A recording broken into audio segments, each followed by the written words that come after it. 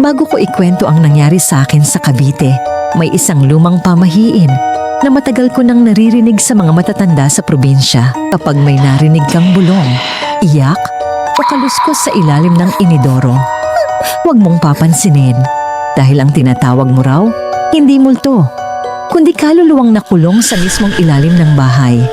At ang pinakakinatatakutan nilang kasabihan, kapag bumara ang inidoro matapos mong makarinig ng iyak, ibig sabihin, hindi na siya nag-iisa sa ilalim.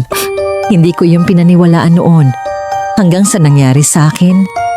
Ang hindi ko inakalang pamahiin, tahimik ang buhay sa probinsya, yan ang sabi nila. Kaya noong nakakita ako ng murang lupa at bahay sa Cavite, hindi na ako nagdalawang isip. Perfect para sa bagong simula. Pero ngayon ko lang naiintindihan na hindi lahat ng tahimik ay payapa. Minsan, tahimik dahil may tinatago. Ako si Luna at ito ang kwento ko. Pagdating ko, maaliwalas ang paligid. Malayo sa kalsada, maraming puno. Presko ang hangin. Pero may isang parte ng bahay na hindi ko gusto. Ang CR.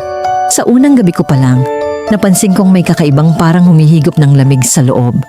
Pero hindi ko pinansin.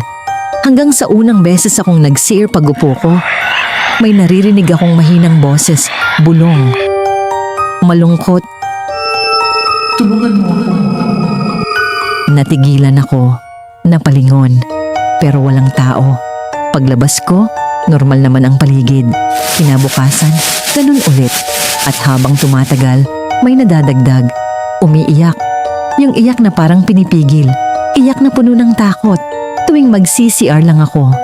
Kapag ako lang mag-isa, isang hapon, napansin kong hindi na bumababa ang tubig sa inidoro. Kahit